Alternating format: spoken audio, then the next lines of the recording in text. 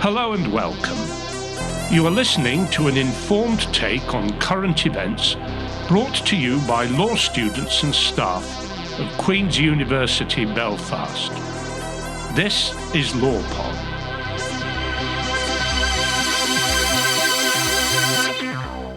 Hello and welcome to LawPod. I'm Dr. Amanda Kramer, a lecturer in the School of Law at Queen's University Belfast. I'm very happy to be joined today by my colleague, Dr. Matt Bowden.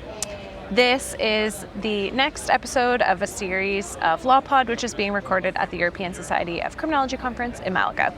Thanks very much for joining us, Matt. Perhaps you could tell us a little bit about yourself to get started. Matt Bowden is my name. My job title is Senior Lecturer in Sociology, Technological University, Dublin. But I've been researching in the criminological space since around about 1997, which is about 25 years, I think, my anniversary, quarter century. My first foray into criminology really was to study crime prevention when I became a researcher at the Children's Research Centre in Trinity College in Dublin. And I was assigned to, among other things, to look at what was then called the Garda Special Projects, which are now called the Garda Youth Diversion Projects in the Republic. There's about 100 of them around the country, and they're social crime prevention with young people. So we did a first evaluation of that way back in 1997. So that was my first entree, if you like, to criminology. I completed my PhD in 2008, and I've been teaching criminology at Technological University Dublin since then. Great. And now you're a lifetime criminologist. Well, 25 years I think is a fair apprenticeship. Yeah, I think so too. It's always been really interesting, and I did my PhD in a sociology department rather than in a law school, so it just gave me a very kind of different kind of perspective on criminology and where I could take it. So I'm from that point of view, I'm interested in kind of criminological theory. My PhD supervisor was a theorist, social theorist, and so I picked up a bit of a legacy, I think, from him in terms of how I think about things. Great. So you're here at the conference partially to promote a new book that you have on rural criminology, yes. Which we'll get to in a second. But perhaps first you could tell us a little bit about what rural criminology does, what kind of areas it covers, what your work has been. Yes, rural criminology. I'm relatively new to rural criminology, and the only reason I got involved in it was that I have a PhD student who was really keen to do something in the rural space and was probably fed up with me talking about cities all the time and talking about crime prevention in cities or urban security. He was really interested in the idea of rural security. And that piqued my interest as well, because it wasn't something I had thought about terribly much. So rural criminology tends to focus on people and communities and institutions that are either living in or dealing with or governing places where populations are scattered or populations are small. Now, there's no universal agreement amongst rural criminologists as to what rural means, except somebody who's regarded as being one of the founding academics in the rural criminology space, Joe Donnermeyer, says it's basically places with small populations. You live in a rural area if you need to drive 2 hours to your nearest shopping centre. But rural can be right outside a city, or it can be a remote group of islands in the Pacific. In a recent book, we have a contribution from an author called Rob White, and Rob writes about Antarctica as a rural space. So that's an interesting kind of twist on things. So rural is very, very difficult to define. I suppose one of the ideas about rural areas is that it's often regarded in these idealistic terms, and yet there's this fascination culturally with the rural.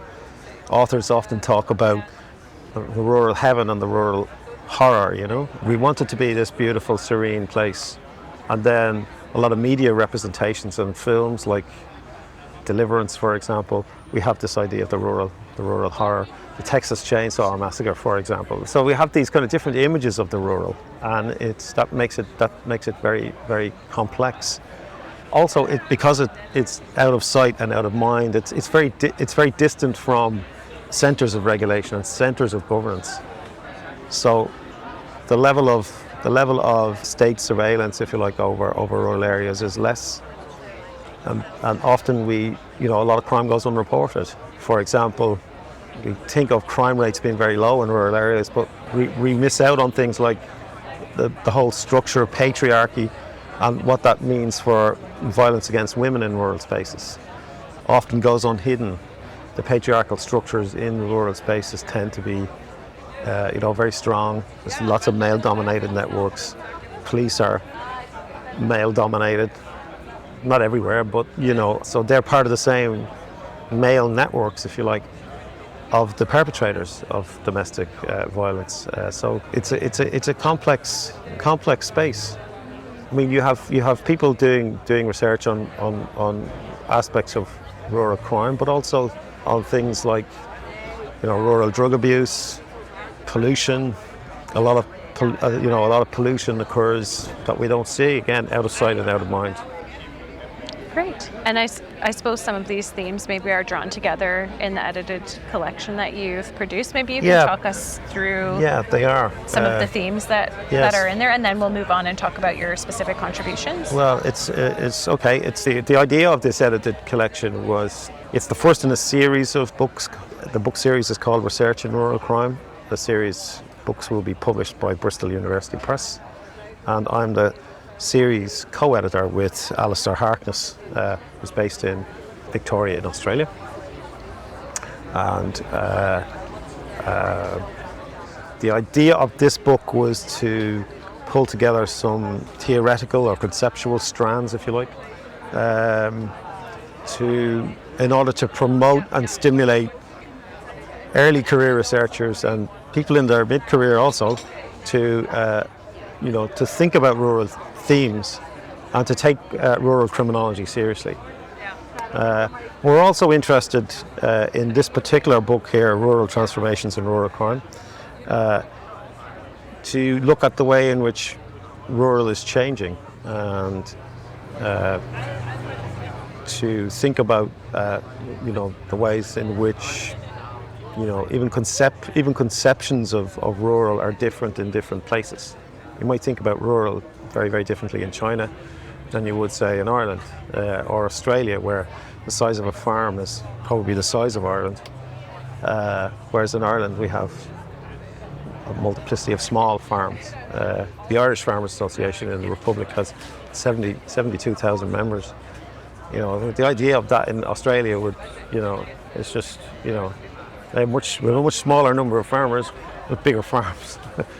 So, there are differences across the world. I think what we tried to kind of pull together different perspectives and strands here from across the world,